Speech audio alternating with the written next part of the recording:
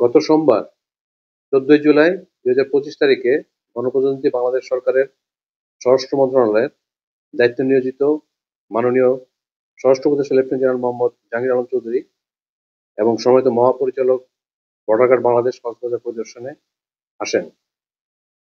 আসার উপলক্ষ ছিল রোহিঙ্গা ক্যাম্প সহ কক্সবাজার জেলা মাদকদ্রব্য নিয়ন্ত্রণ বিষয়ক আলোচনা সভা। উক্ত আলোচনা সভায় আমাদের মাননীয় স্বরাষ্ট্র উপদেষ্টা অভিব্যক্ত করেন যে বর্তমান প্রেক্ষাপটে কিছু কিছু সন্ত্রাসী গোষ্ঠী দেশে আইন শৃঙ্খলা অবনতি করার জন্য দেশের বিভিন্ন স্থানে মাদক চোরাচালান, গুম, খুন, অপহরণ সহ নানাবিধ অনৈতিক কর্মকাণ্ডে লিপ্ত হচ্ছে।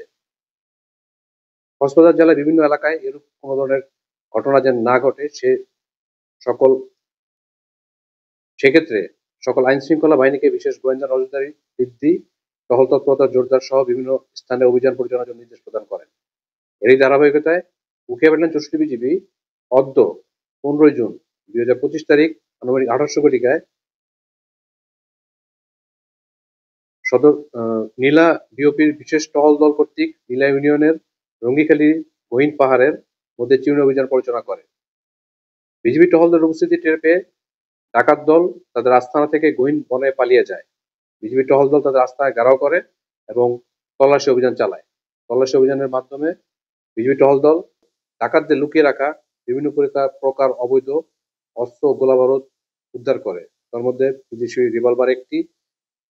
রিভলভারের গুলি 21টি, একনলা গাদা বন্দুক, লং ব্যারেল 1টি, বন্দুকের ছড়া গুলি 3 রাউন্ড ও খালি খোসা 5টি, এলজি গান 1টি, পিস্তল 1 শুটার 1টি, রাইফেলের গুলি 14টি,